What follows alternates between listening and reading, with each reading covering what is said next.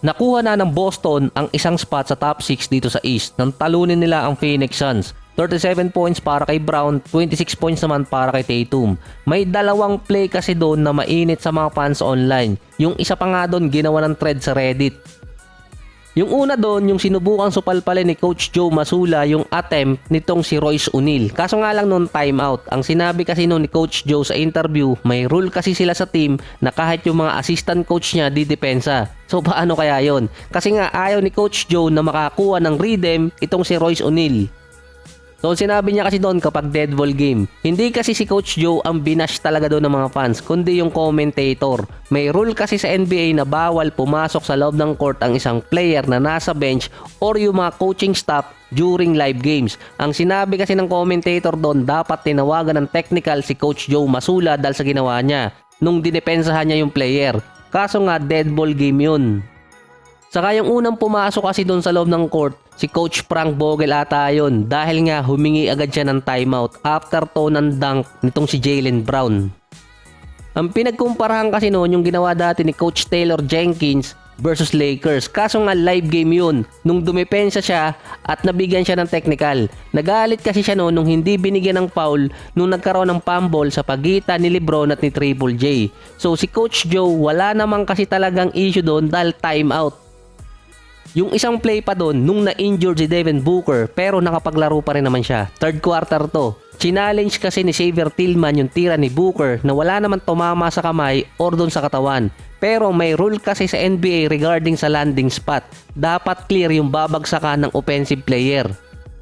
Or yung mga paa ng defensive player ay dapat wala doon sa landing area ng offensive player. So hindi masyado nagagamit tong rule na to. Dati nung bagong implement gamit na gamit. Hindi na rin siguro naaalala ng mga referee yung rules dahil sa dami.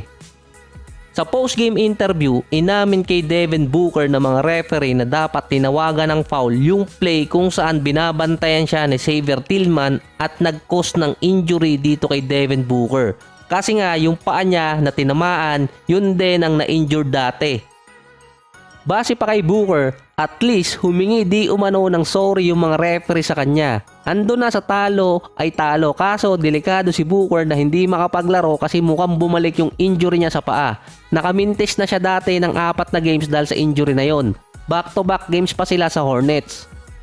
So sa ngayon wala pa namang report kung maglalaro si Booker next game. Yung susunod kasi doon after Hornets versus Bucks tapos Sixers. So medyo mahaba yung pagitan ng mga araw. So swerte pa doon si Booker kahit papano kasi makakapagpahinga yung injury niya.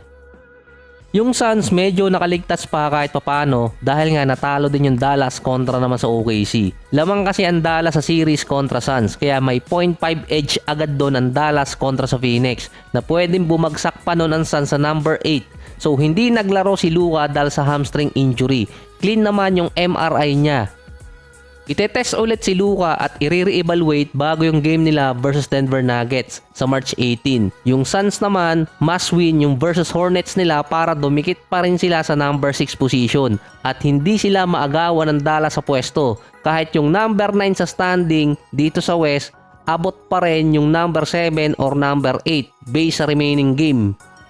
Ang pagitan noon, 5.5 games. Meron pang 15 games ang LA. Meron naman ang Suns ng 16 games pa. Pwede pang maabot yung until number 5 sa standing. Mga April or simula ng April, doon na kasi magkakaalaman kasi pwestuhan na yon dito nga sa West. Yung injury ni Booker, critical pa yon sa Suns kung makakalaro ba siya sa mga susunod na games.